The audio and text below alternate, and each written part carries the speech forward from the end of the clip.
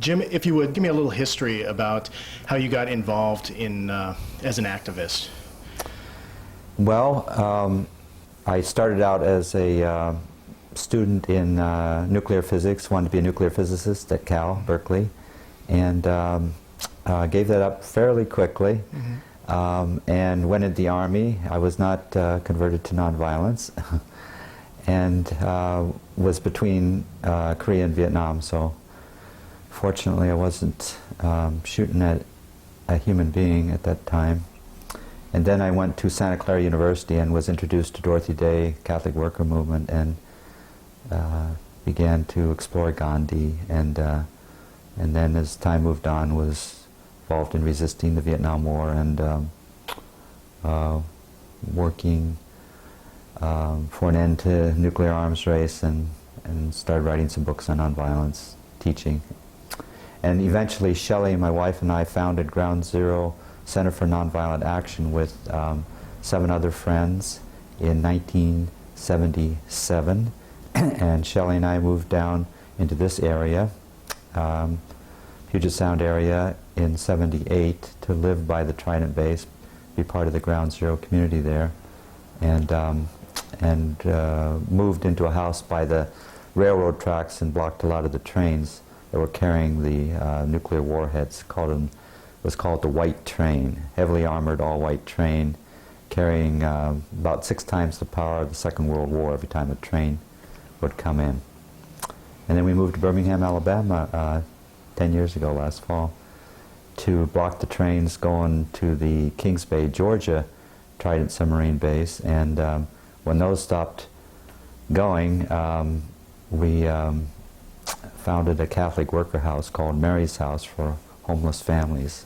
And we've been making journeys to the Middle East, especially Iraq, taking medicines to non-cooperate with the sanctions that have killed over 1 million innocent people. And you are now working on a book, is that correct?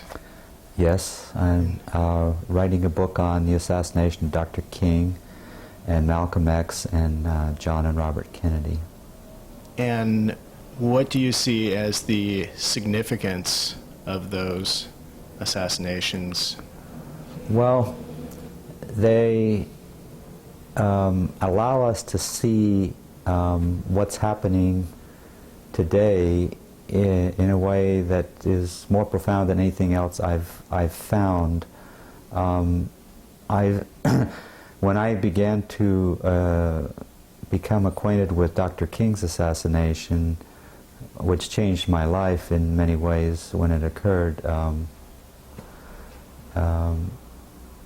when I began to explore the details of his assassination and understood that he was killed by the United States government, then I began to ask questions. Well, how does that relate to John Kennedy's assassination, or Robert Kennedy's, and then eventually Malcolm X as well?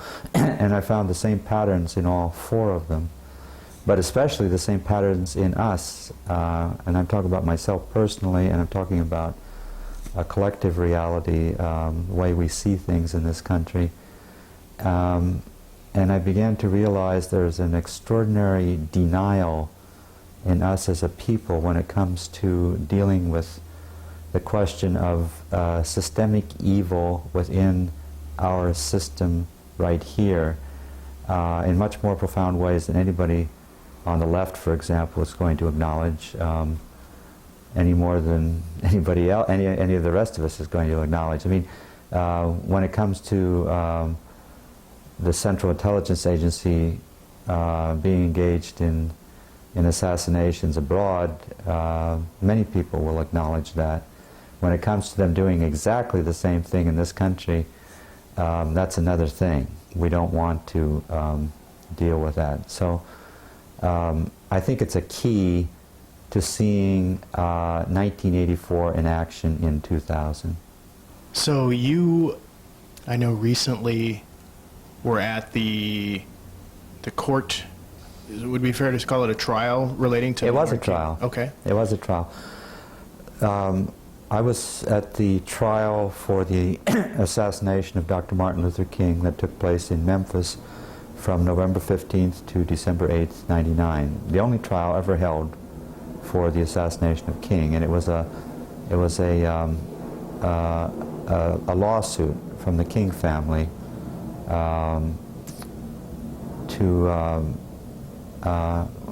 focusing on a man named Loyd Jowers, but also other unnamed co-conspirators. And the verdict, jury verdict, 12 jurors, 6 black, 6 white, was that Dr. King was assassinated by Loyd Jowers in collaboration with government agencies. And that's the very significant conclusion of the only trial ever held for Dr. King. Now, who is Loyd Jowers? Why was he mentioned, and what were the government agencies that they found guilty? Loyd Jowers is a man now elderly and dying who was the owner of a bar and grill across from the Lorraine Motel called Jim's Grill. And he was a conduit, an intermediary for $100,000 payoff for the assassination of Dr. King, and he held the rifle before and after the assassination. And the bar and grill opened at its back door to a heavily grown, bushy area just across from the Lorraine Motel where the shot was fired. The shot was not fired from the bathroom window where the Patsy James Earl Ray was located. It was fired from the bushes directly across from the Lorraine Motel. There were numerous witnesses in the trial who testified to that. And those bushes were incidentally cut down early the next morning on the orders of the police department so that the crime scene would no longer be in existence. That was one of the pieces of evidence that shocked the jury. There were a number of things that shocked the jury. But Loyd Jowers was a man who was given the rifle by a man named Raoul, whom James Earl Ray has been talking about for 3 decades prior to his death a year ago, and who emerged in the trial. I mean, there were many pictures of Raoul shown. Well, the same picture was shown repeatedly, and many people identified it in the course of the trial. And Raoul was the person who provided the gun, took it away from Jowers, and then the person who actually fired the shot was probably a member of the Memphis Police Department, who was the sharpshooter for the Memphis Police. The government agencies, well, they certainly included key people in the Memphis Police, but the person who was especially responsible on the local level was a man named Frank Holloman, who was a police and fire director, and who withdrew a series of African-American officers from the immediate vicinity of the Lorraine Motel in the 24 hours prior to King's assassination. So the witnesses in the trial included each of these officers, whether they're police or fire, black sensitized people who were maybe involved in the sanitation workers' strike, or just because of their consciousness as black people living in Memphis would have been dangerous for the powers that be if they were on the scene when the assassination occurred. So these various people were testifying, I got pulled, I got pulled, I got pulled. There were death threats supposedly against me. I never heard anything about them after the assassination, all these phony reasons for withdrawing these people. And the person who withdrew them and the normal security that King would have had in Memphis was Frank Holloman. Now, Frank Holloman was the head of the police and fire department, but he was also an ex-FBI agent who had been 25 years in the FBI, head of the Memphis FBI office and J. Edgar Hoover's appointments secretary just prior to his becoming head of the police and fire department. So you had a tier of people involved in U.S. Army intelligence was there that day. There was testimony as to intelligence officers being in key positions on the top of the fire station across from the Lorraine, taking pictures of the assassination. It was a wealth of evidence, a wealth of evidence. And that's what the jury said. They said it took them 2.5 hours. It was a no-brainer to decide Dr. Martin Luther King was assassinated by U.S. government agencies.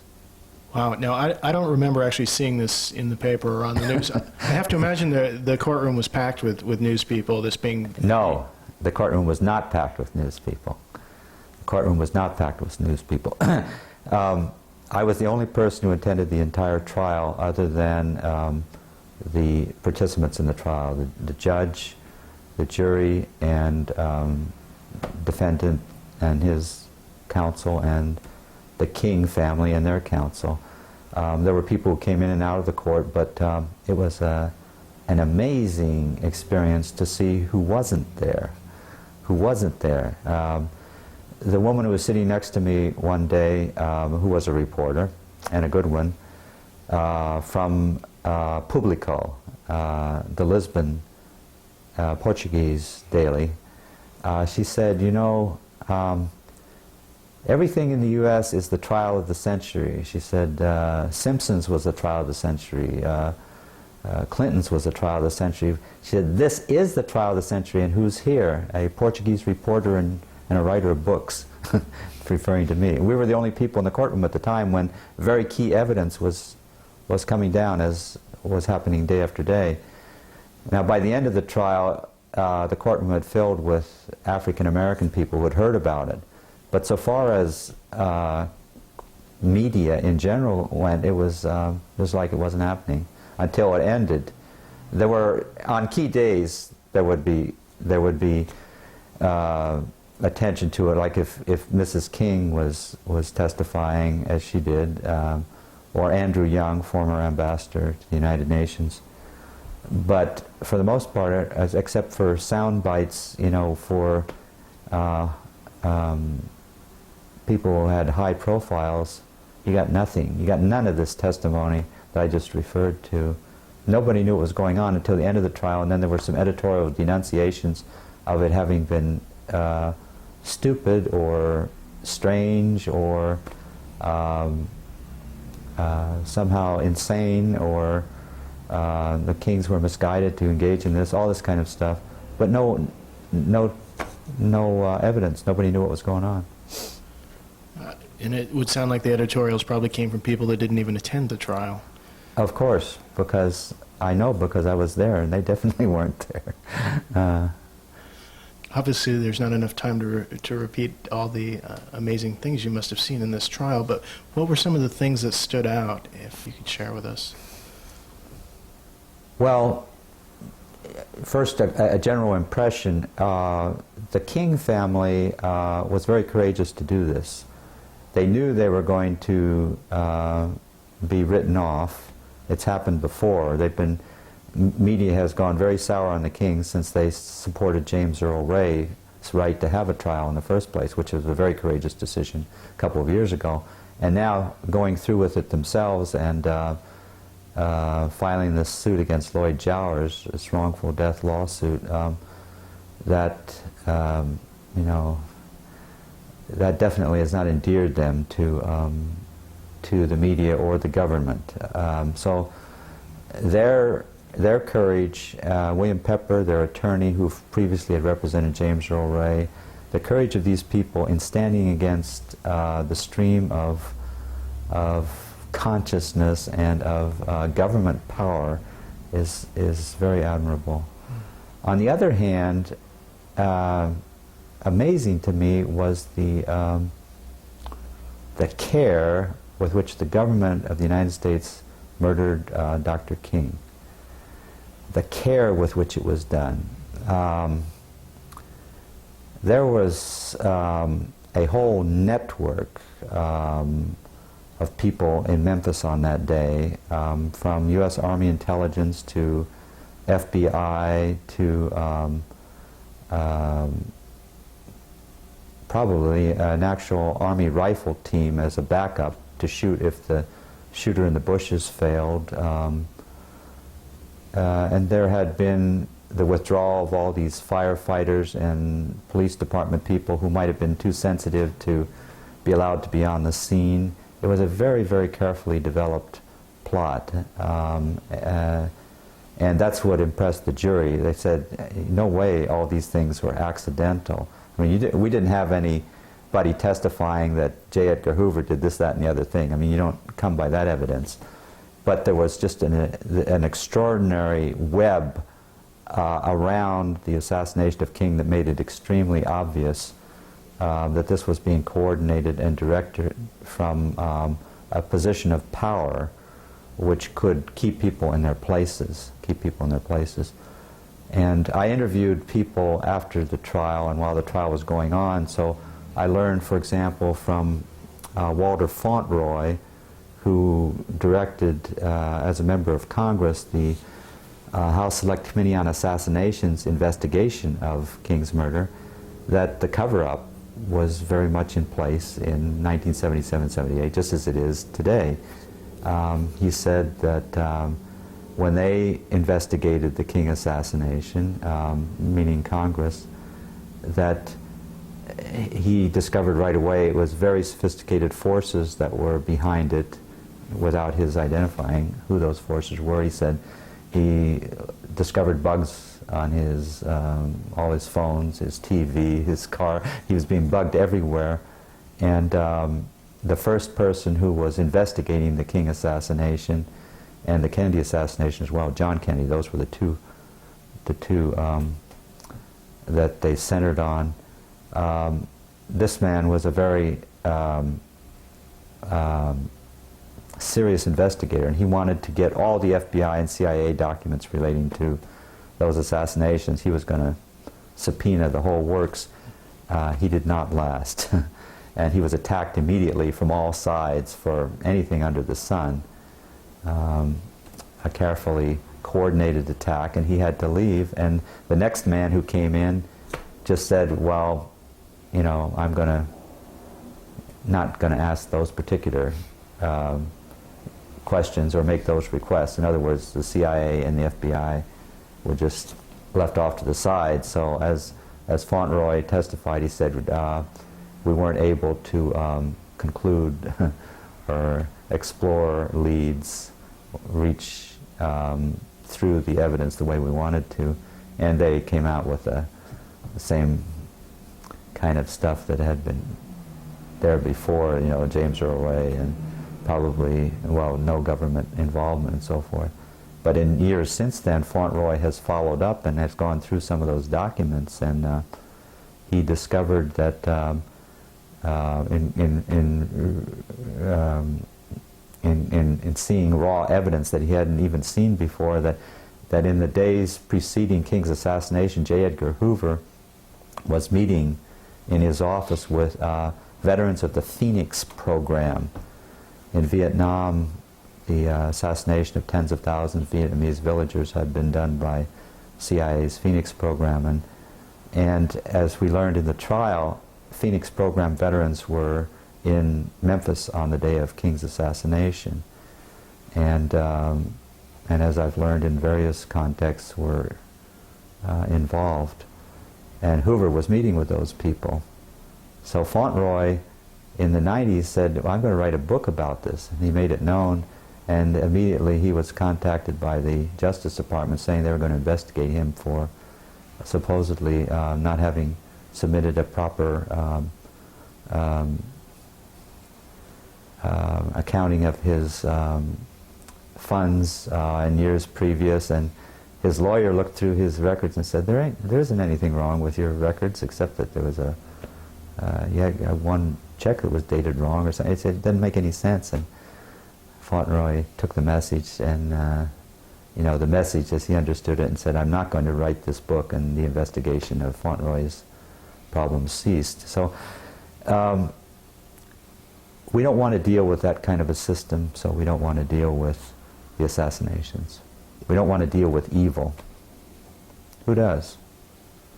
But what's going to happen if we don't deal with it? Is that what you're hoping to bring out in your book, is details to show people the stupidity of not doing anything? It's the kind of question that goes deeper than anything I know, except Orwell's novel, 1984.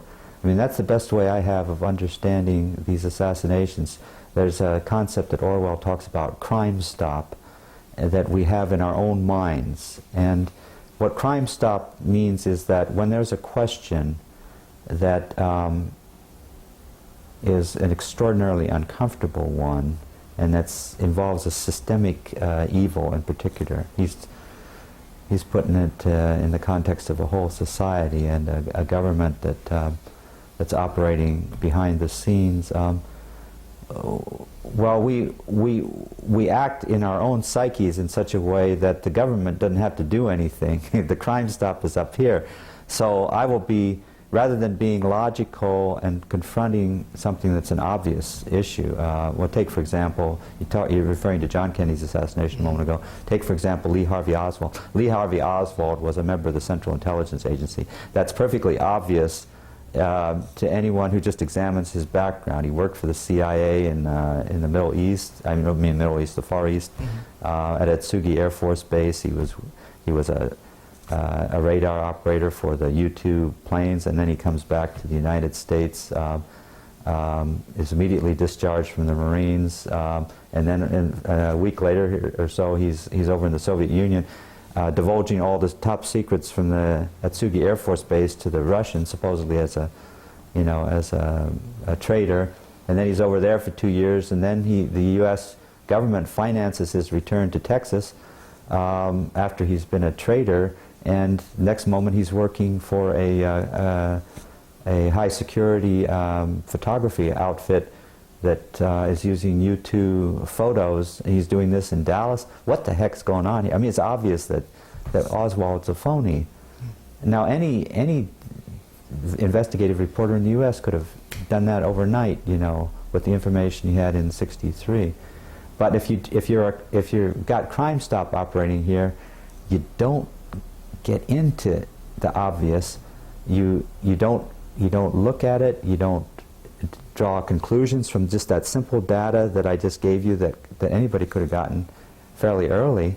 In fact, it was going out on the media. This was evidence of Oswald being a communist. It wasn't evidence of his being a communist. Evidence of his being set up for anybody who's going to think 2 + 2 = 4. You know, the government doesn't sponsor such a person coming back. They throw him in jail if he's a traitor. You know, this was the height of the Cold War. But Crime Stop means you don't ask those questions because it's inconceivable that the government of the United States could kill its own president. Inconceivable. Crime Stop. That's the way it works. It's the way it's working today. We don't ask the obvious questions.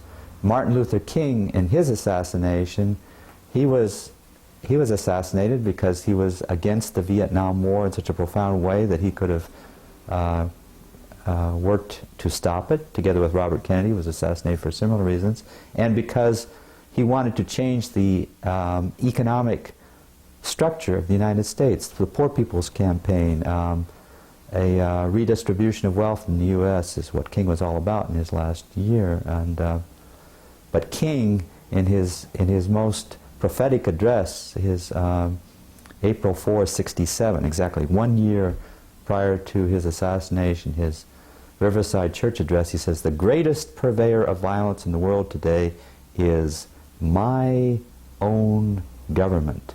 My own government. So we translate that into today's terms.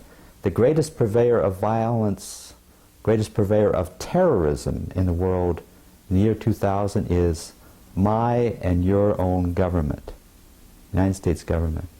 So this whole thing about terrorism, left, right, center, underground, up, that's us.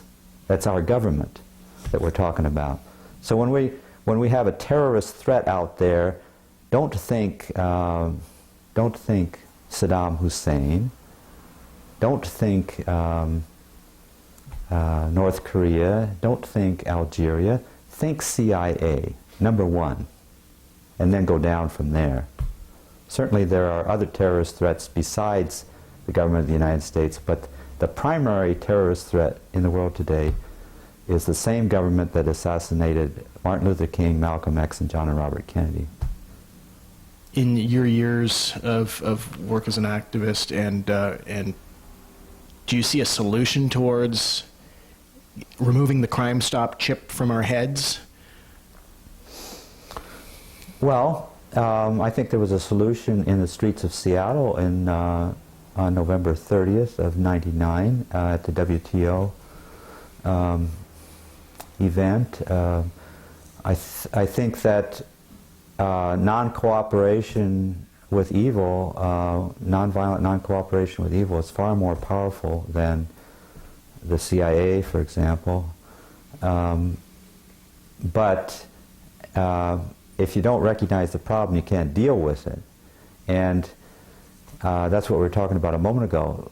When people were in the streets in Seattle in November and December, they were dealing with it. And of course there was huge disinformation out there as to what was going on, that there were riots left and right. Well, there were. There was basically police riots going on, and a few people were breaking windows. But the basic issue, I think, got abroad to a lot of people as a result of those folks non-cooperating in the tens of thousands, whether they were marching or especially sitting in and blocking those access to those meetings that were deciding the fate of the world behind closed doors. That was an example of exactly what King was organizing in the late 60s and why he was killed for the Poor People's Campaign. So the solution is, first of all, educating ourselves to the kind of economic power and military power that's controlling the world, and secondly, accepting responsibility for it. It's not somebody else's problem, it's ours. And those folks in Seattle streets accepted responsibility for it. It's our problem, not somebody else's, and kept it from going on business as usual. It was terrific. And that's going to happen again and again, and it'll happen in such a way that things will change, but we got a huge struggle ahead. And the main struggle is with ourselves, because we do not want to face this. We do not want to face it. We want, this is the belly of the beast where we are right now.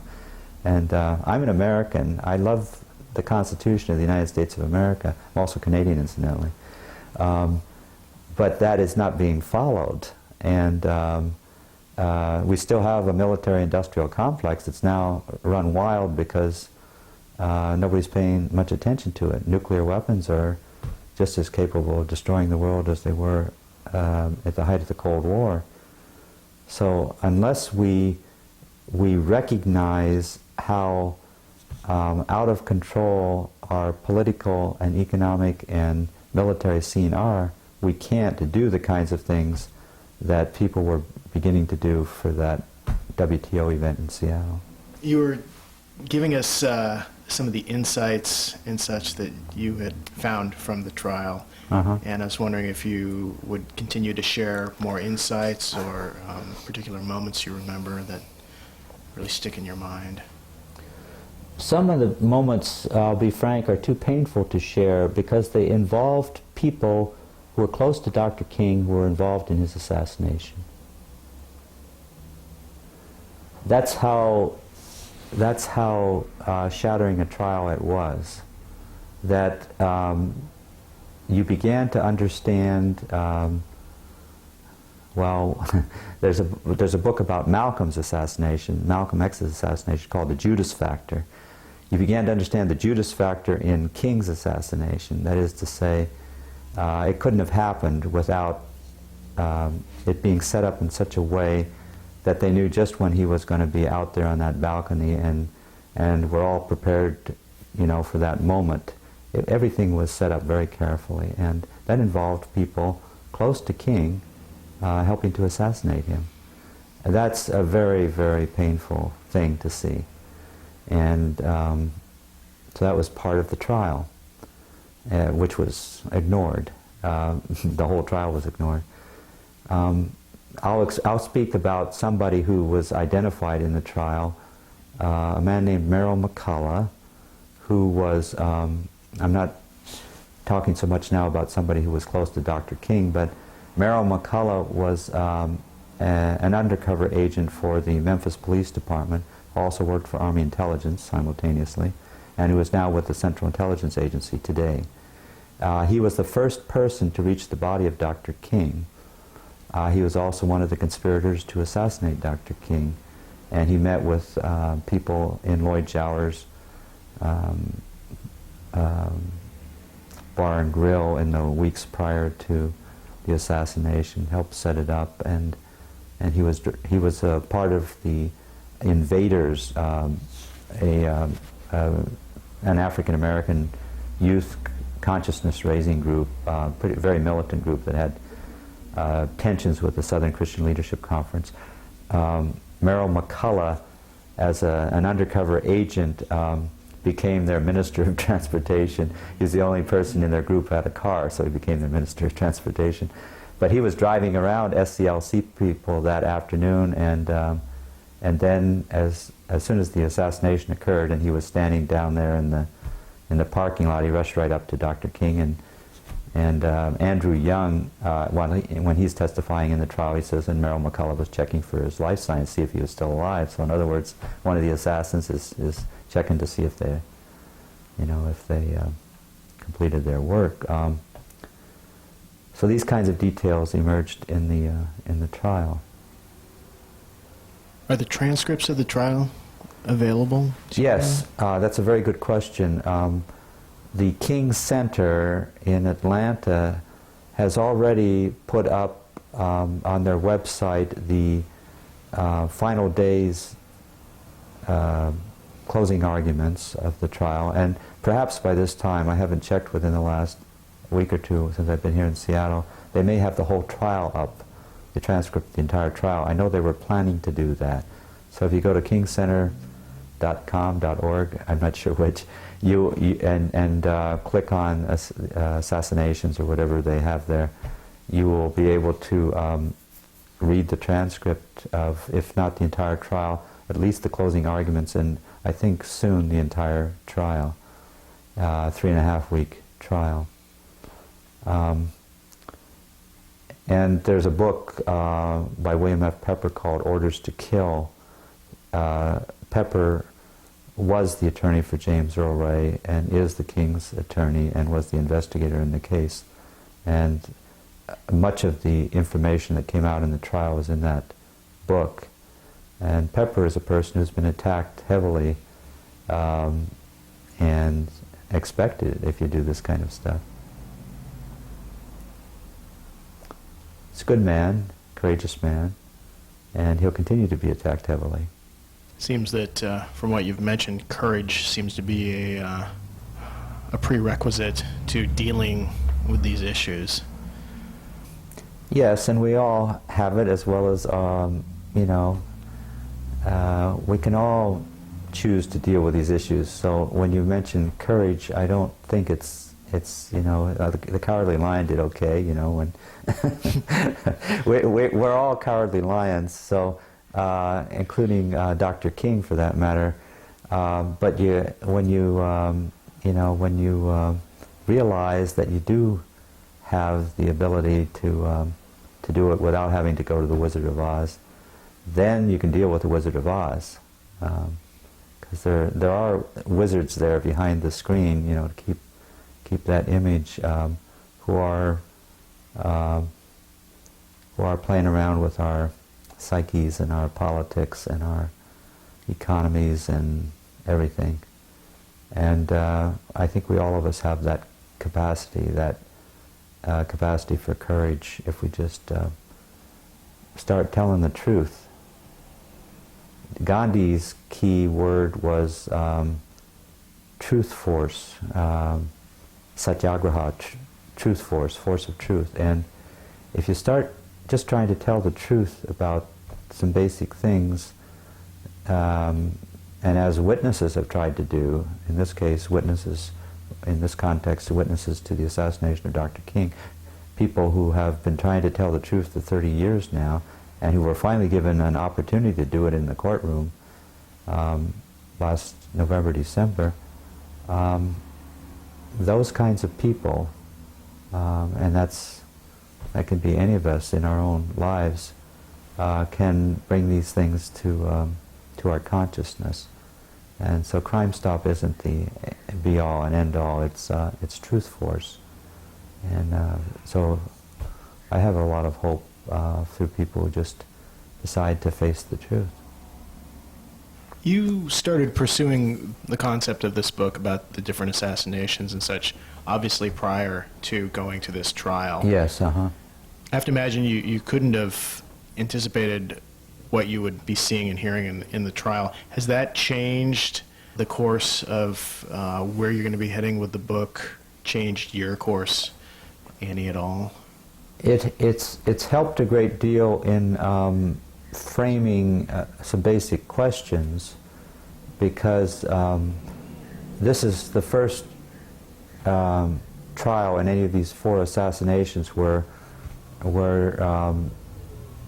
there has been testimony that's been put on the record, and that gives you kind of a clear outline as to what really happened.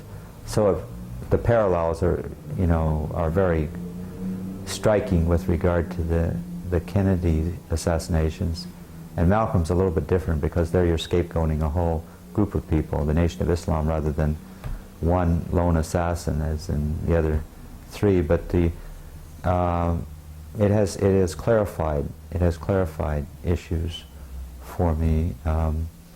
Other than that, it hasn't resulted in any major orientation, just clarified things. It was already pretty clear.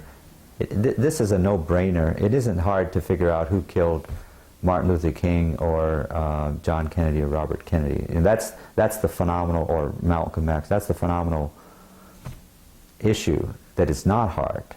You don't have to be a great investigator. I'm no great investigator. I'm just a peace and justice activist, and I can read a few books and ask a few questions of people I contact, and it's obvious who killed them. The government of the United States killed them, intelligence agencies, and so the question then is, well, what's going on here? This is 35 years later, depending on which of these you're talking about, and why isn't this common knowledge? If I can figure this out without having any great skills in investigating, why can't everybody? Well, the truth is, yeah, anybody can.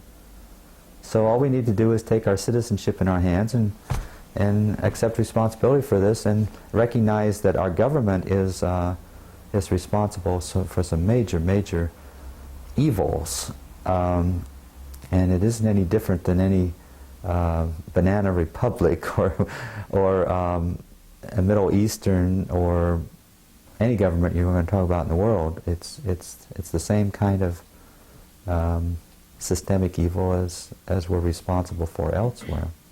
So it's not a mystery. Right. No mysteries. No, there isn't any mystery here. So that the only mystery is us. We're the mystery. We're the mystery. It's not a theory. I'm not talking about a conspiracy theory. I'm talking about something that's obvious. It's obvious to anybody who just checks into it. Take one we haven't talked about yet, Robert Kennedy. Robert Kennedy was not killed by Sirhan Sirhan. What do you mean Robert Kennedy wasn't killed by Sirhan Sirhan? There's Sirhan Sirhan out there in front of him shooting him. Everybody knows that. Yeah, I know that. But Robert Kennedy, by the autopsy, was killed by a shot fired from behind him, point blank. Well, Sirhan, as everybody knows, was out in front of him. And there are a whole bunch of other people, half a dozen other people who were shot. There are bullet holes in the ceiling behind him, far too many shots, don't add up.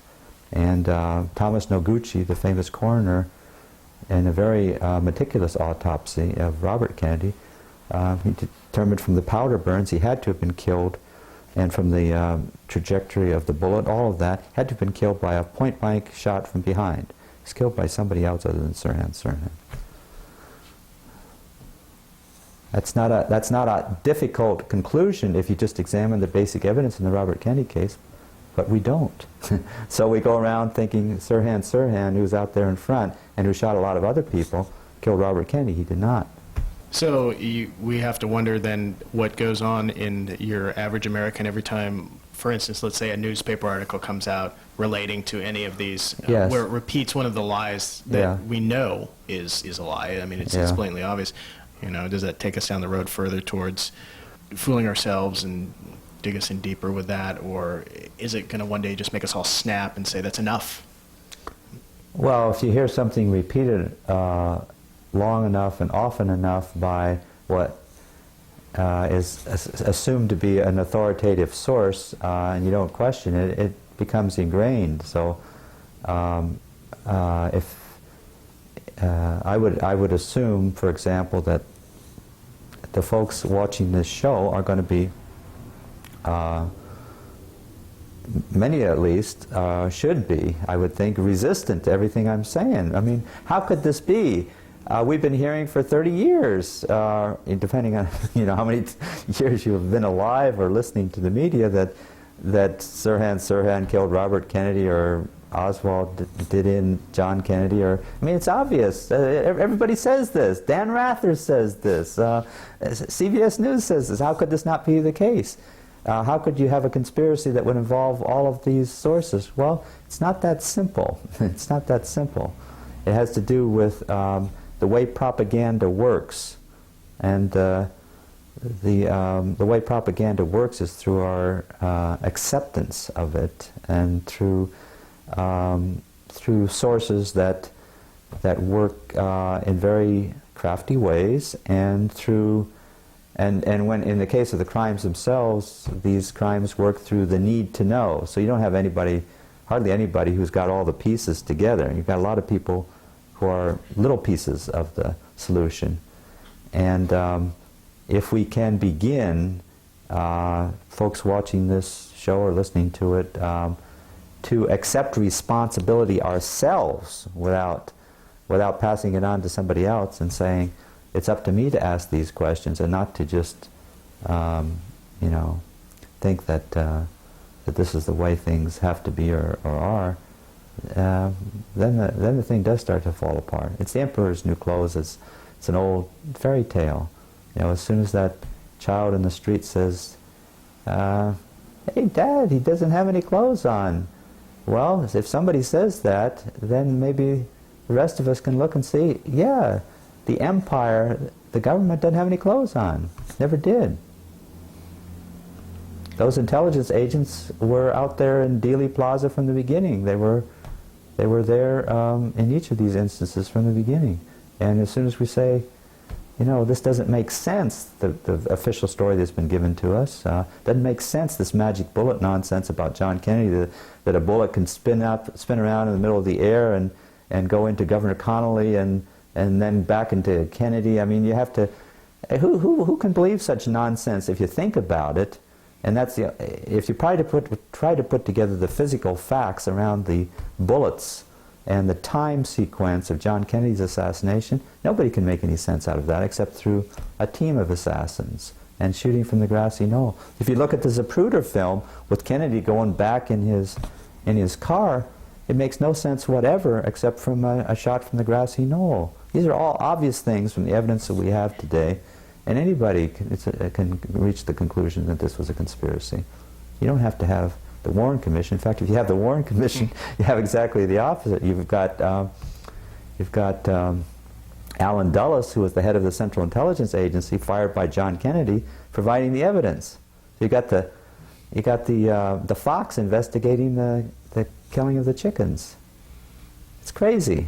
But we accepted all of that as a people. Nonsense. Nonsense. Are you optimistic about where things are heading in this country, and seeing as this country tends to be the primary leader for the rest of the planet on so many issues?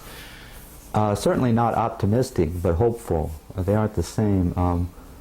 I'm not optimistic because I think we haven't reached a point where we will accept responsibility for militarism and economic injustice. I mean, there are pockets, and there are groups that have been organizing in very key ways to stop the way we have descended as a people, and the huge disparity in incomes. There are very important forces of justice and peace within this country and the world today. But it's a contingent prophecy that Martin Luther King left us with: nonviolence or non-existence. Nonviolence or non-existence. We have to choose.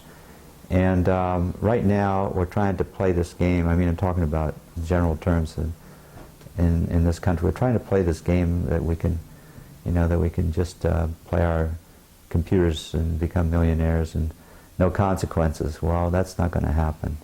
It's not going to happen. The consequences are huge every moment that we, take another step into environmental disaster or choose to bomb Kosovo or Iraq, and the killing of 1 million people by the economic sanctions in Iraq, and not facing that. This is one phenomenon, whether it's the killing of John Kennedy or 36 years later, the killing of over 1 million people in Iraq.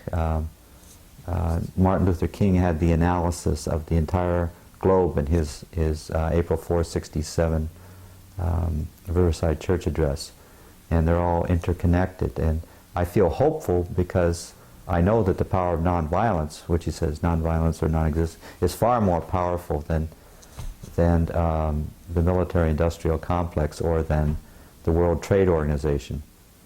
But the hope is that we will choose that power. You don't choose it, it doesn't exist. It exists in us and in our acceptance of responsibility. So it's a question. Yeah, I'm hopeful, but the hope is in us, and that's a matter of free choice. So you have to have, the hope is that we will choose the power of nonviolence. Yeah, if that's the case, sure. If we don't choose it, disaster. Coming fast. Yeah. Any other insights on the, getting back to the Martin Luther King trial? Well, I mentioned inspiring elements in the trial, namely the courage of the King family and William Pepper in having the strength to stand up against the government and against all kinds of pressures, media pressures, to bring out this truth. And the witnesses, there was one woman, Olivia Catling, who lived a block away from the Lorraine Motel, and who still does live a block away from the Lorraine Motel, which is now the National Civil Rights Museum. She testified that on the evening Dr. King was assassinated, she had planned to go to the Lorraine to see him. Not personally, she just hoped to catch a glimpse of him because she's a great admirer of his. She had been active in the civil rights movement, a married woman with a couple of children. And so at 6:01 p.m. when she heard the shot ring out, she thought immediately Dr. King. She knew he was just down the street, and she ran with her 2 children and a neighbor's child from her home and down to the corner just north of the Lorraine. And as she reached that street corner, a man came running out from between two buildings that led toward the brushy area I was mentioning where the shot was fired from. And he jumped into a Chevrolet and sped away, turning the corner right in front of her. And she said to the woman who had run up next to her, she said, "It's going to take us 6 months to pay for the rubber," indicating just how fast he took off. Well, as that man was racing away from the scene, a police car drove up just behind him. And she's testifying to this in the trial, and she says, instead of doing the obvious thing and following this man, the police car turned in the opposite direction and blocked off a street where there was nobody coming from. And then a moment or two later, when the police got out of the car, a firefighter was there from the station from across the street, and saying the shot came from over there in the bushes and so forth. So you had various things that this woman saw. She said, you know, 31 years later, nobody has ever asked me for my evidence, for my testimony, for my experience of what I saw that day. In fact, she said they did ask nobody in the neighborhood. The police did not investigate the crime. From the moment that they drove up behind the guy who was taking off in the car, whom she said incidentally was not James Earl Ray. She said he was much too heavy-set and was a different person. She was an extraordinarily good witness. It was very clear as to what she'd seen, and very articulate in her own way. But she said, I've been haunted for years. I've had nightmares about this because nobody ever asked me, nobody wanted to know what happened that day. And incidentally, when the verdict came down, I went back to her home. I had seen her after her testimony in the trial. I'd gone and interviewed her at her home. But when the verdict came down, I went to see her again, and when she came to the door and I told her the guilty verdict, she said, "So now I can sleep." She said, "That shot's been ringing in my head for all these years, so now I can sleep." So there were witnesses like her who were trying to bring out the truth, and witness after witness said the police had never asked them anything, or if they had brought evidence to the police had ignored it because it didn't fit in with lone assassin James Earl Ray. It indicated something else altogether, you know, that